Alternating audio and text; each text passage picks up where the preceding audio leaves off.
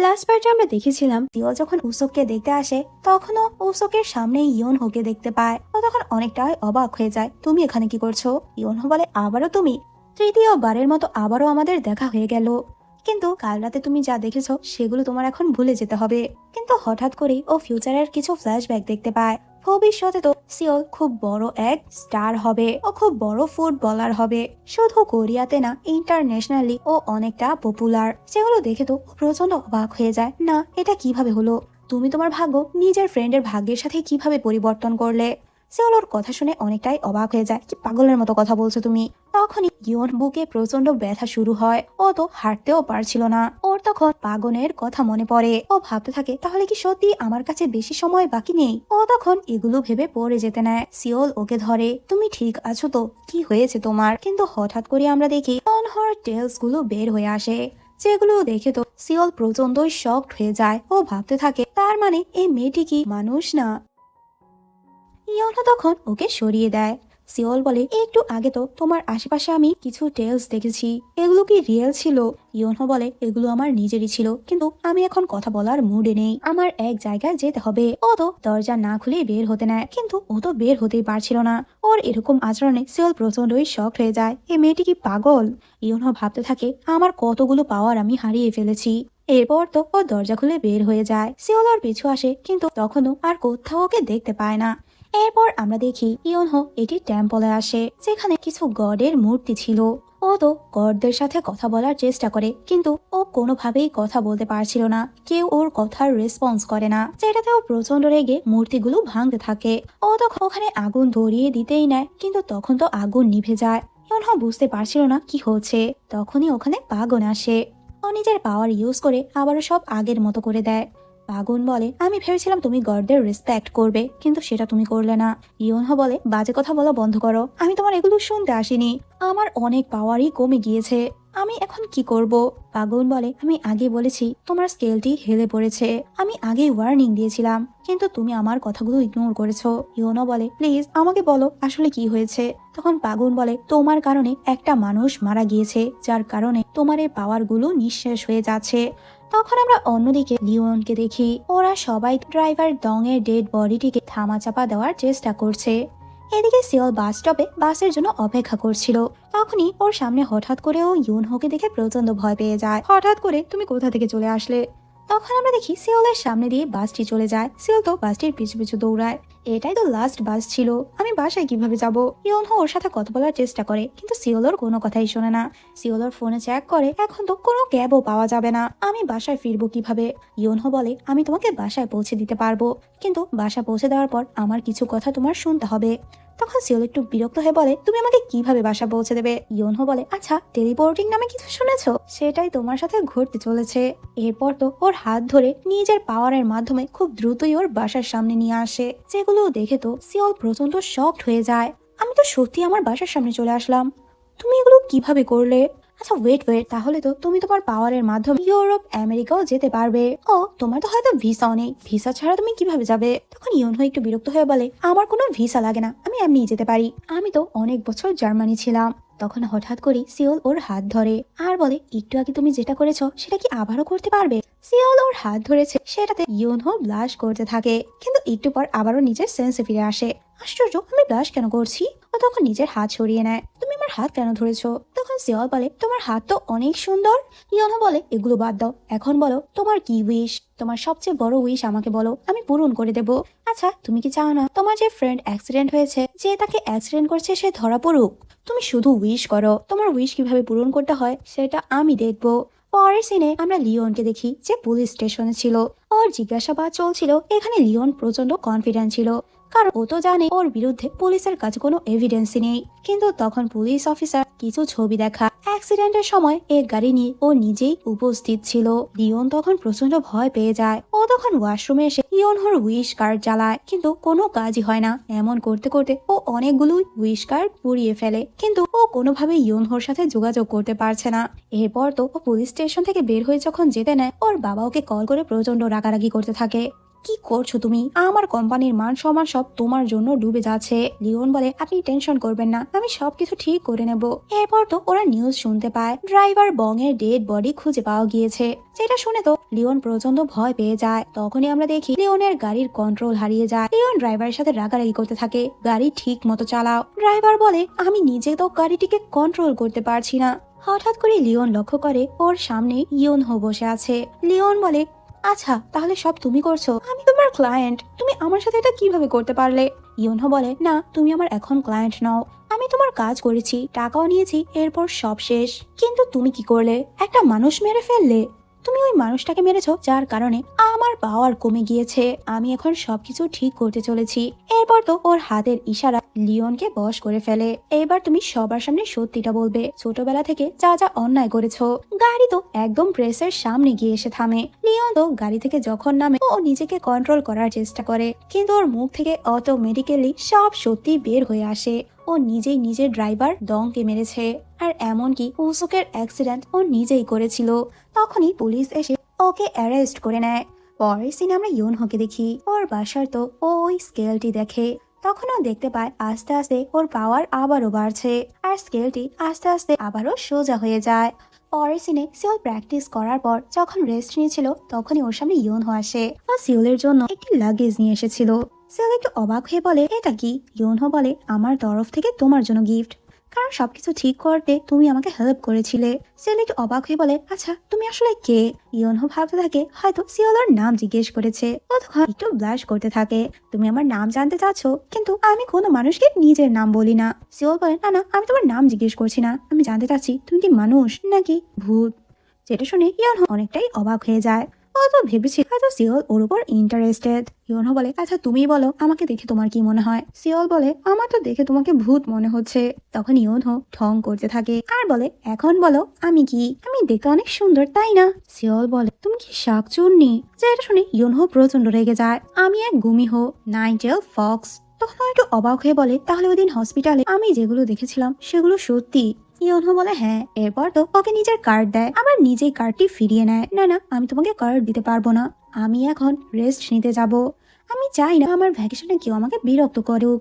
Seoul বলে আচ্ছা তুমি আমাকে লাগেজ কেন দিয়েছো? ইয়োনহো বলে কারণ এই লাগেজটি তোমার দরকার হবে। সিওল বলে কেন দরকার হবে? ইয়োনহো বলে খুব শীঘ্রই তুমি ফেমাস হয়ে যাবে। সিওল একটু বিরক্ত হয়ে বলে তুমি আমাকে বলেছো আমি জীবনে কিছুই করতে পারবো না, আমার ভবিষ্যৎ পুরো অন্ধকার, এখন বলছো আমি ফেমাস হয়ে যাব। ইয়োনহো বলে ওগুলো তো আমি এমনি বলেছিলাম। সিওল খান জিজ্ঞেস করে আচ্ছা এমনিতে তোমার নাম কি? ইয়োনহো ভাবতে থাকে ওকে নিজের নাম বলবে। এরপর বলে আমার নাম ইয়োনহো। সিওলের কাছে কাউকে আসতে দেখে ইয়োনহো গায়েব হয়ে যায়। সিওল তখন জানতে পারে তোমাকে ন্যাশনাল টিমের জন্য ডাকা হয়েছে, যেটাতে ও প্রচন্ড অবাক হয়ে যায়। অন্যদিকে আমরা উসোকে দেখি যে হসপিটালে ছিল। হসপিটালে থাকা অবস্থায়ও প্র্যাকটিস করার চেষ্টা করে। তখন ওর সাথে সিওল দেখা করতে আসে। সিওল তখন উসোককেও এই নিউজটা দেয়। উসোক তো অনেক খুশি হয়। আচ্ছা আচ্ছা তুমি জয়েন হও, আমি তাড়াতাড়ি সুস্থ হয়ে নিজেও জয়েন হব। পরের দিনে আমরা দেখি সিওল তো এয়ারপোর্টে আসে, যেখানে কোচ ওর জন্য ওয়েট করছিল। এরপর আমরা 9 বছর পরের সিন দেখি। ইয়োনহো থাইল্যান্ডের একটা দ্বীপে একা থাকছে। তখন এক লোক এসে বলে আর কতদিন তুমি এখানে থাকতে চাও? ইয়োনহো বলে আমার যতদিন মন চাইবে। কিন্তু ও যখন টাকা পে করতে নেয় তখন ও বুঝতে পারে ওর তো সব টাকা শেষ, যেটাতে ও অনেক বেশি অবাক হয়ে যায়, এটা কিভাবে হলো। অন্যদিকে আমরা সিওলকে দেখি, ও নিজের টিমের সাথে ছিল। সবাই আজকে অনেক খুশি, কারণ ওরা লাগাতার কয়েকটা ম্যাচ জিতেছে। সবাই তখন আজকে সেলিব্রেশনের কথা বললে সিওল বলে আরো 5টা ম্যাচ বাকি, আমাদের প্র্যাকটিস করতে হবে, তোমরা গেমের মধ্যে ফোকাস করো, পরে সেলিব্রেট করতে পারবে। ওর এই কথা শুনে সবাই প্রচন্ড বিরক্ত হয়ে যায়। ও এমন কেন? আমরা কি সবসময় প্র্যাকটিসই করবো নাকি? আমাদের লাইফেও তো এনজয়মেন্টের দরকার আছে। তখন এক প্লেয়ার বলে আরে টেনশন করো না, আমাদের ক্লাবের সাথে ওর কন্ট্রাক্ট কিছুদিনের মধ্যেই শেষ হয়ে যাবে। কিন্তু পরের সিনে আমরা দেখি ও তো নতুন আরেকটা কন্ট্রাক্টে সাইন করে। এখন তো সিওল অনেকটাই ফেমাস, ও আন্তর্জাতিক প্লেয়ার হিসেবে খেলছে, কোরিয়ার নাম উজ্জ্বল করছে। সবাই তো ওকে নিয়ে খুবই প্রাউড ফিল করে। ইয়োনহো যখন কোরিয়া আসে সব জায়গায় ও শুধু সিওলেরই ছবি দেখতে পায়। খাবার, স্ন্যাক্স, সব আইটেমের মধ্যে সিওলের মার্কেটিং করা ছবি। ও তখন ভাবতে থাকে ও এতটাই ফেমাস হয়ে গেল। অন্যদিকে আমরা উসোককে দেখি, ও যখন ঘুম থেকে ওঠে ও দেখতে পায় ওর বাবা ওর পুরনো ট্রফিগুলো ব্যাগে ভরছিল। যেগুলো দেখে তো উসকের খারাপ লাগে। ও নিজের রুমে থাকা বাকি ট্রফিগুলো ওর বাবার ব্যাগে এনে ঢুকিয়ে দেয় আর বলে, বাবা এগুলো কি তুমি ফেলে দেবে? এরপর তো বাবা ছেলে একসাথে লাঞ্চ করে। উসক বলে, প্লিজ আমাকে মাফ করে দিও, আমি কিছুই করতে পারিনি। ওর বাবা বলে, না তোমার ভাগ্যে ছিল না, পরবর্তীতে কি হবে সেটা তো কেউই জানে না, নিশ্চয়ই তুমি কিছু না কিছু করতে পারবে। তখনই বাইরে বৃষ্টি শুরু হয়। উসক ওর বাবার দিকে তাকায় আর ওর বাবা ওর দিকে, আর দৌড়ে বাইরে গিয়ে দুজনেই উসকের ওই ট্রফিগুলো আবারও ভেতরে নিয়ে আসে। পরের সিনে আমরা ইউনহোকে দেখি। ও যখন কনভেন্স স্টোরে কিছু খাবার কিনতে আসে, ও তখন সব জায়গায় সিওলের পোস্টার দেখতে পায়। ও তো একটা স্ন্যাক্স নিতেই নেয়, তখনই দুজন মেয়ে ওর সামনে থেকে নিয়ে নেয়। ওরা বলে, আমরা আগে নিয়েছি, দিতে পারবো না। ইয়নহো ওদের জিজ্ঞেস করে, আচ্ছা সিওলের মাসিক ইনকাম কত? মেয়েগুলো বলে, তুমি কি নিউজ দেখো না, ও তো একটা প্রমোশনের জন্যই 1 বিলিয়ন ও নেয়। এত টাকা শুনে তো ইয়নহো প্রচন্ড অবাক হয়ে যায় আর ভাবতে থাকে, তাহলে ওই আমার পরবর্তী ক্লায়েন্ট। অন্যদিকে আমরা সিওলকে দেখি যে আজকে কোরিয়া ব্যাক করে। এয়ারপোর্টে ওর ফ্যান্সরা ওর জন্য ভিড় জমিয়েছে ওকে এক নজর দেখার জন্য। ওর থেকে তো ওরা অটোগ্রাফও নিচ্ছে। দূর থেকে ইয়নহো এগুলো দেখছিল। এরপর সিওলের কাছে আসে, অনেক বছর পর আমাদের দেখা হলো। সিওল বলে, তোমার অটোগ্রাফ লাগবে? ফ্যান্সদের ধাক্কা লেগে তো ইয়নহো আর একটু সামনে চলে আসে। সিওল ভাবতে থাকে ইয়নহো হয়তো ওর শার্টে অটোগ্রাফ নেবে, যার জন্য ওর শার্টেও অটোগ্রাফ দেয়, যেটাতে ইয়নহো প্রচন্ড অবাক হয় আর প্রচন্ড রেগে যায়। কিন্তু সিওল তো নিজের ফ্যান ভেবে ওকে ফ্যানদের মতোই ট্রিট করতে থাকে। ইয়নহো ভাবতে থাকে, এই শয়তানটা কি আমাকে চিনতে পারেনি? এরপর তো নিজের পাওয়ারের মাধ্যমে সিওলের পুরো লাগেজটি ওপেন করে দেয় আর সবার সামনে ওর লাগেজ থেকে ওর সব জিনিসপত্র পড়ে যায়। ইয়নহোর সামনে এসে বলে, তুমি আমার শার্টে কিভাবে সাইন করলে? এর বদলা তো আমি নেবই। ওর বায়োগ্রাফি বইটি নিয়ে ওর নিজের ছবিটি কার্টুন বানিয়ে দিয়েও চলে যায়। সিওল তো অনেকটাই অবাক হয়ে যায়, এটা কে আর সমস্যা কি?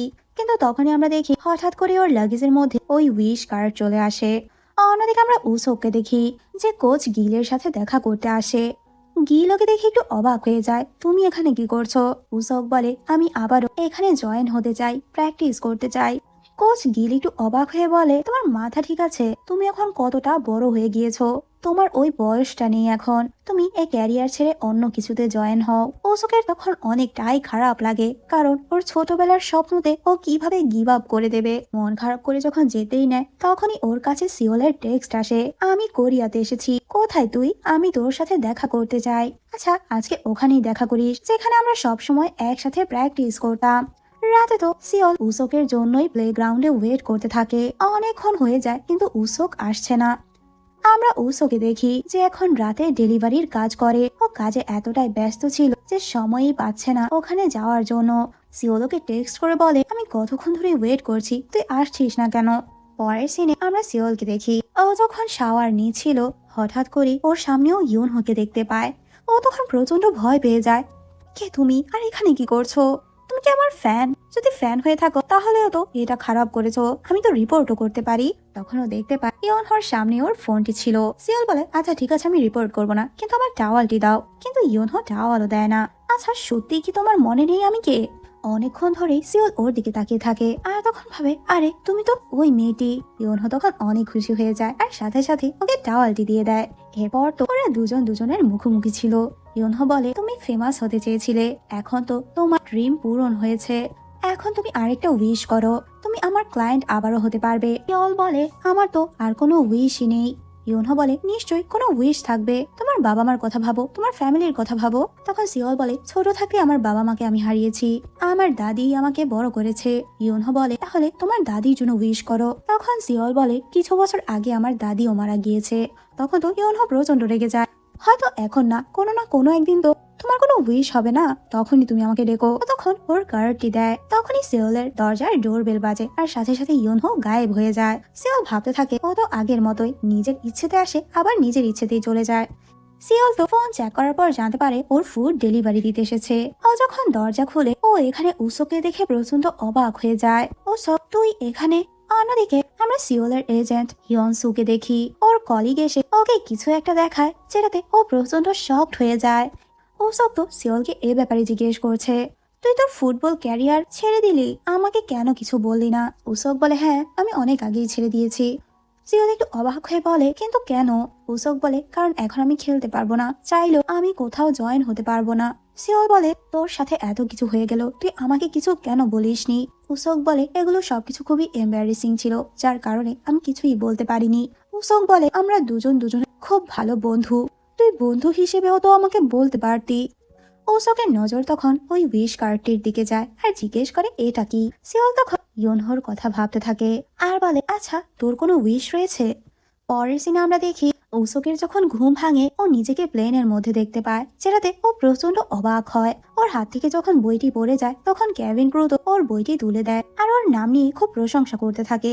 ওসক একটু অবাক হয়ে বলে তুমি আমার নাম কিভাবে জানলে? তখন ক্রু বলে কোরিয়াতে এমন কেউ নেই যে তোমার নাম জানে না। যেটা শুনে ওসক প্রচন্ড শকড হয়ে যায়। অন্যদিকে সিওলের যখন ঘুম ভাঙে তখনও নিজেকে একটি বাসা দেখে প্রচন্ড অবাক হয়ে যায়। আশেপাশে ও ঘুরে দেখতে থাকে, কিন্তু তখনই ওর সামনে ইয়োনহো আসে। তোমার ঘুম কেমন হয়েছে? সিওল একটু অবাক হয়ে বলে কি হচ্ছে এগুলো, তুমি কি করেছো? ইয়োনহো বলে তোমার উইশ তো পূরণ হয়েছে। সিওল একটু অবাক হয়ে বলে আমি তো তোমার কাছে কোনো উইশই করিনি, আমি তো ওসিকের সাথে কথা বলছিলাম। ইয়োনহো বলে তুমি জাস্ট উইশ করেছো আর সেটা যেভাবেই হোক আমি পূরণ করেছি। এখন তোমার উইশ পূরণ হয়েছে, তুমি তোমার লাইফটা এনজয় করো। সিওল বুঝতে পারছিল না ওর সাথে কি হচ্ছে। আর এখানেই আজকের পার্টি শেষ হয়ে যায়।